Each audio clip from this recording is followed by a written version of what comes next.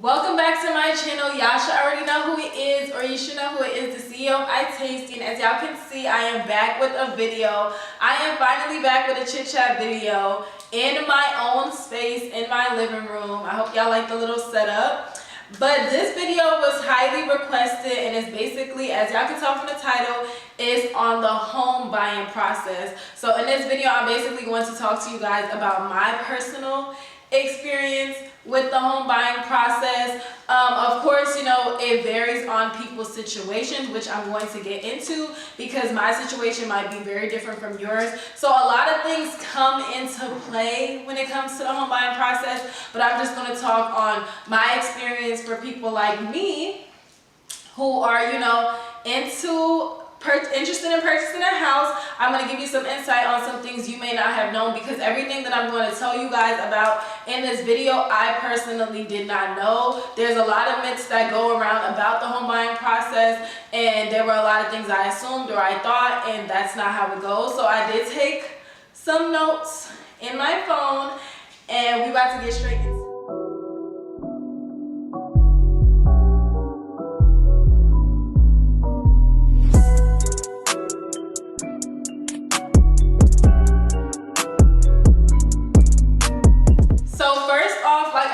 Everybody's situation is different. Me personally, and by the way, this is not an overnight process. I've been doing this home buying process for the past 2 years. So this is not just, oh, I'm gonna buy a house, boom, I got a house. No, this is not an overnight process. This process definitely takes time, especially if you are now getting prepared. Depending on what your situation is, you might not be a home buyer until maybe next year, a year from now. So it honestly depends on everybody's situation. Everybody's situation is different. Me, I'm 24 years old. I don't have a significant other, at least a significant other that I'm going to get a home with. So I'm doing this by myself. If you're doing this by yourself, it's definitely more harder. Of course, if you have a significant other, whether it's a husband or whoever, then it's 2 incomes, it's 2 credit scores, it's 2 people. With me, it's just me. So it's just my income, just my credit score, and everything is just on me. So it's definitely more pressure, and it's definitely a lot more, and I'm all who I'm relying on unless I got a co-signer. So when I first started this home buying process about 2 years ago, I already knew I wanted to purchase a home. Everybody doesn't want to be a home buyer. I understand that, but me personally, I've always wanted to own a home. I've only lived in homes. I've never lived in an apartment before. When I was in New York, my family lived in a house. When we moved down here, we lived in a house. So I wanted to live in a house, and it wasn't just about living in a house, because at first, when I was like 18, 19 years old, I wanted to move out immediately because I was one of those people, you know, when you're 18, you're like, I want to get out of my parents' house. I want to be on my own, do what I want. I was going to, but I didn't. I listened to my godmom, and I stayed focused. I worked, I went to school, and I started saving. And then it was more of the financial for me, because to me personally, if I did choose to rent, it was like, okay, I'm going to be paying, say if you pay $1,000 a month for 12 months, that's what, $12,000. So if I decide to get a house a year from now after living in somebody's apartment that they own, and I lived there for a year and I paid $1,000 a month, that's already $12,000 I've spent at this place. And now when I decide to get a home, I basically have to start over. It's like I have to now save for a down payment. All the money that I spent on rent, it did not invest in anything. So that was more of my thing. It was more of the investment. It's like if I stay in a house, I'm going to be owning it for real one day after making all these payments. It's going to be mine, if that makes sense. So that's kind of what my thing was.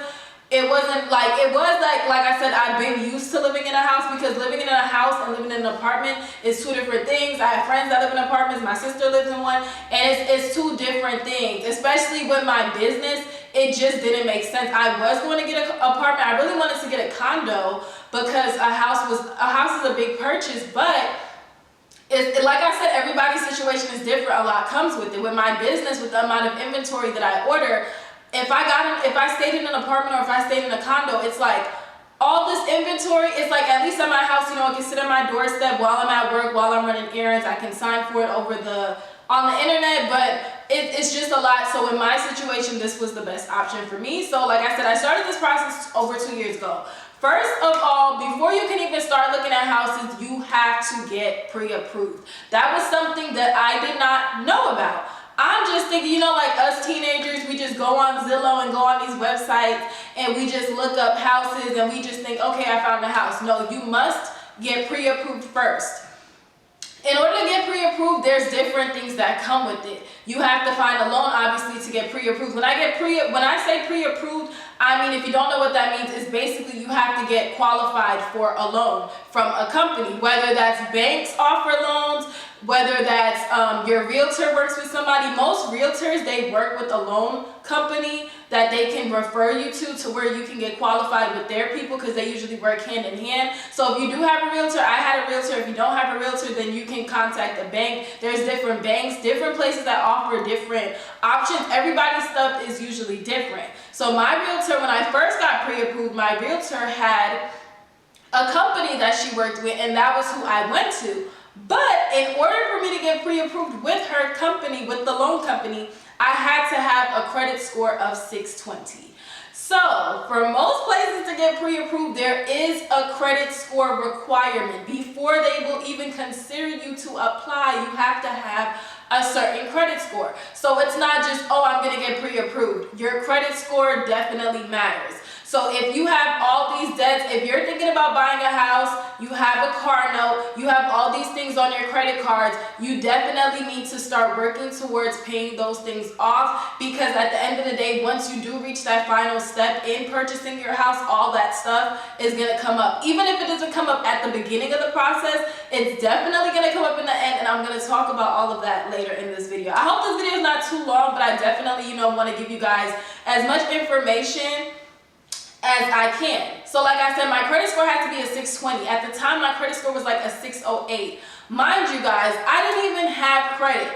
I was one of those people that I felt like if you don't have credit cards, that's a good thing. I like to pay cash. If I have the money, I'm gonna get it. If I don't have the money, I'm not gonna get it. I didn't believe in credit cards. I did get one, and even when I had got my first 2 cars, my parents had to co-sign for me because I didn't have enough credit to get it. So over time, I learned that establishing credit is very important. So I did have a credit card, but like I said, I had other things lingering on my credit at the time. Like, for example, I had my car at the time. I had a Nissan Sentra that was on my credit. So it was on, my parents did co-sign for me, but that was one of the things. And then, like, it's just so much stuff. ER bills for me was the biggest thing. I had over $4,000, like I paid over $4,000 worth of ER bills that helped boost my credit score tremendously.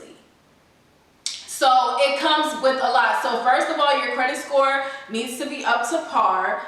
After your credit score, so if you find a loan with somebody that you need a certain credit score, you need to get your credit score up to par.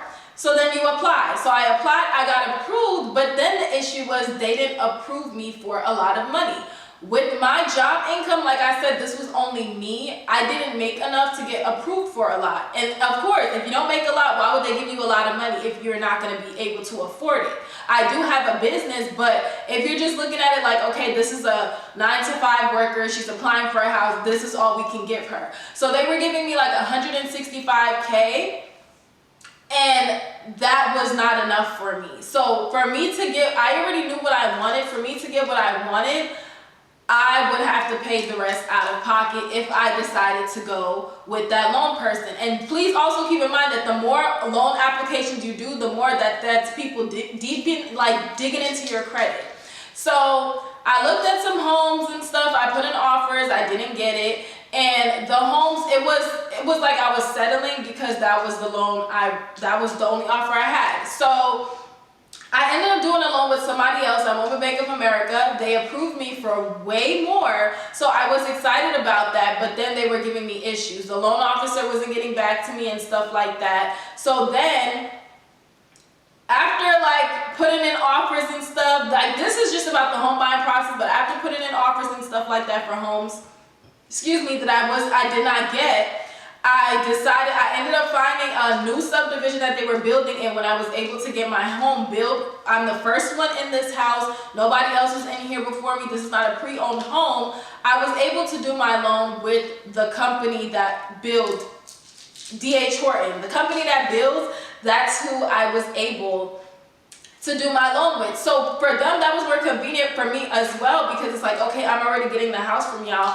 so I might as well do the loan from y'all. But the thing is, they couldn't give me a loan at first because their specifications, their qualifications are different. Like I said, every company has different qualifications for you to get pre-approved. So like I said, once you decide you want to get a house, you need to start working on towards paying off your debt so that your credit score will increase. And even after your credit score increase, of course you have to save money, because getting a house, a lot comes with it. You have to, like with me getting a brand new house, I had to pay for my blinds, I had to pay for my garage opener. The garage opener, we ended up negotiating that, but it's a lot of cost. Inspection, it's so much cost that comes with it, not just the down payment. I know most people say to save up 10K. That's what I had heard, so that's what I was saving up from 2 years ago. I was trying to save that up, but then I ended up using the money I saved to pay off my car, because that was the lingering debt. So it's like, you definitely want to work towards paying off all your debt. After, like I said, once you get pre-approved, you definitely need to make sure you're saving, not only for your down payment, but you also have to save to furnish, because of course you can put that on credit cards, but furnishing a house is a lot. Furniture is very expensive, very, very expensive. Hear that from somebody who... So once I decided to do the loan with D.H. Horton, my only option was putting down 20%. And that was because I had come so far. So I did my contract when I was still under Bank of America. And like I said, the lady under Bank of America, who was my loan officer, went MIA on me. So I almost lost my contract. So I had no choice. I was really going with the builder people as a backup, but I ended up going with them. But they were trying to approve me. And like I said, my job income, I don't make a lot. So I had to put down 20%, which is a lot, but it's also beneficial because you're not paying that much every month, but it was still a lot. And what everyday person has 20% to put down on a house? Thank God I have my business, and that's another thing. In order for you to get pre-approved for a loan, most loans, all the loans I've seen, you have to have been employed for at least 2 years. So if you are thinking of getting a house, just know that the place you're working at, you have to have worked there for at least 2 years. And that makes sense. Why would they give somebody a loan who's been going from job to job? No offense, because I know some people, they just go from job to job. But realistically, why would somebody give you a loan if you're not going to, stay employed consistently? So for all of the loans I applied for, the first thing it says is you have to have worked your job for 2 years. If you have a business, you have to have been in business for at least 2 years. But that didn't really apply to me, because when I did my taxes my first year's business, so like when my job was kind of getting over the top and I was getting ready to quit, it was like, okay, my business is about to be 2 years, I can quit, that will count as income. My realtor told me, no, you can't quit during this process. You already started this process, you can't quit, because if I would have quit, all my job income that they counted would be disqualified. So once you start this process, you cannot quit your job. You have to have worked your job for 2 years. If you're using your business as income, you have to have the tax paperwork to back it up. I only had my tax paperwork as far as 2020. I did not have my tax paperwork from 2019, but even if I did have my tax paperwork from 2019, I didn't make that much in 2019 as far as my business goes. And even in 2020, according to my tax paperwork, I wrote off so much that I only made about $10,000. So who's gonna give you a loan if you only made $10,000 for the year? Who? So it's like, you can use but if you write off so much, it's not gonna, they look at it as, okay, you only made $10,000 for the year. So that could count for some of your job income, but as far as your income, that's nothing. So it definitely comes with a lot. Like I said, if you are interested in buying a house, you definitely wanna start saving. You wanna start working towards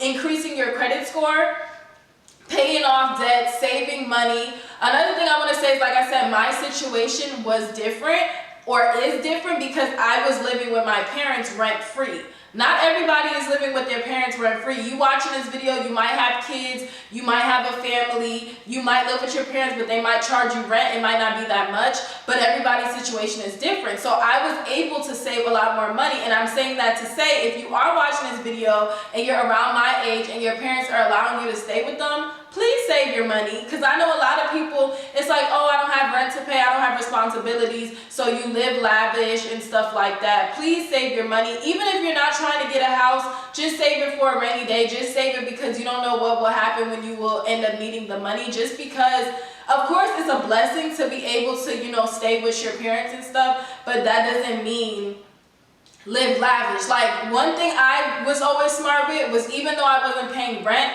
I would act like I was paying rent and put that money in my savings account. So when I got paid, I was like, okay, let me put this $500 towards my rent, and it was going in my savings account every paycheck I got. So that kind of helped me manage my money better. So if you are watching this, like I said, please save your money. Of course it's a blessing, because I know I have friends that their parents let them live rent free, and I have others that they do have to pay, and others they live on their own. But if you are blessed to have parents that don't charge you rent or anything like that, please be wise and save your money and not be out here living lavish. Of course, life is too short. I'm not saying don't enjoy life. Life is definitely too short. Like, I know that I've seen a lot of people pass away these past 2 years that were close to me, but at the same time, be wise with your money. Even with me, I'm the type, I'll save my money and then I'll go out and get myself something really nice just because I've worked hard.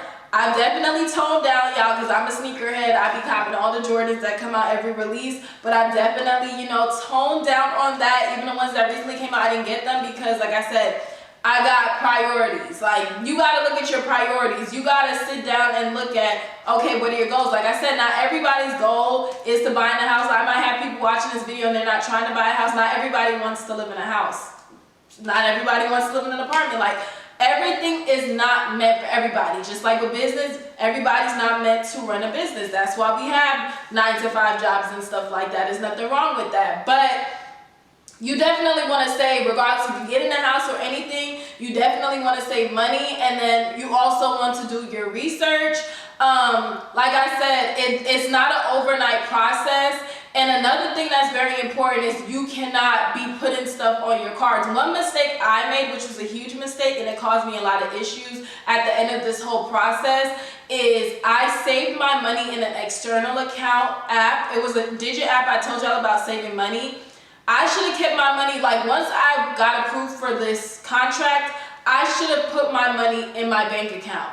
Instead, I let this money sit in this external account for months until the month before they gave me my closing date. So right before I was supposed to move in, I transferred a large amount of money back into my bank account, and of course, it's gonna raise suspicion.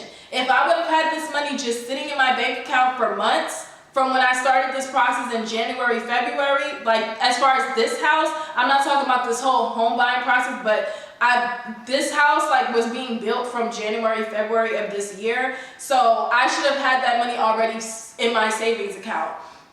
Instead, I let it sit in an external account, and then right before my move, I transferred all this money. So then it was like every single day they were calling me, like, we need a source where this money came from. We need to source this. We need to source that. And then I was also buying inventory, and I was getting sales on my website. So I had the pre-Black Friday sale, but that was after my move. But I'm talking about the sales before my move. I was having sales leading up to it. So it's like Shopify is putting all this money in my account, and they're like, okay, hold up, where is this money coming from? We need to source this. And then Shopify doesn't really give you a good detailed thing. So it was kind of looking like, okay, they know I'm not a scammer, but they still have to source it. So one thing they tell you is you're not supposed to put large amounts on your credit cards.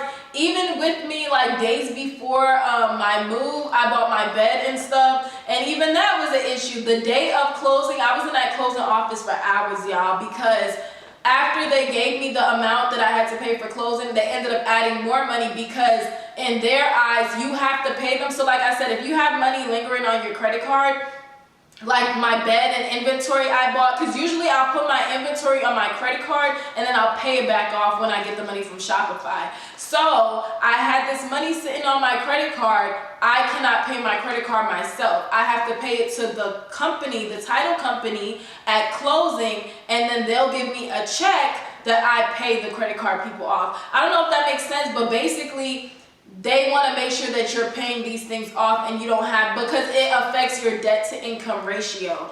After they had gave me my amount, my debt to income ratio was a certain amount. So since I added all these charges onto my credit card, that made my debt to income ratio larger than what they first estimated. So then I had to put more down as far as the closing. I hope that makes sense. But your debt to income ratio is definitely very, very important, because if you're owing all this money in debt, your income is like, okay, you need to get that together. You need to figure out a way to eliminate your debt and to make your income be in the positive, if that makes sense.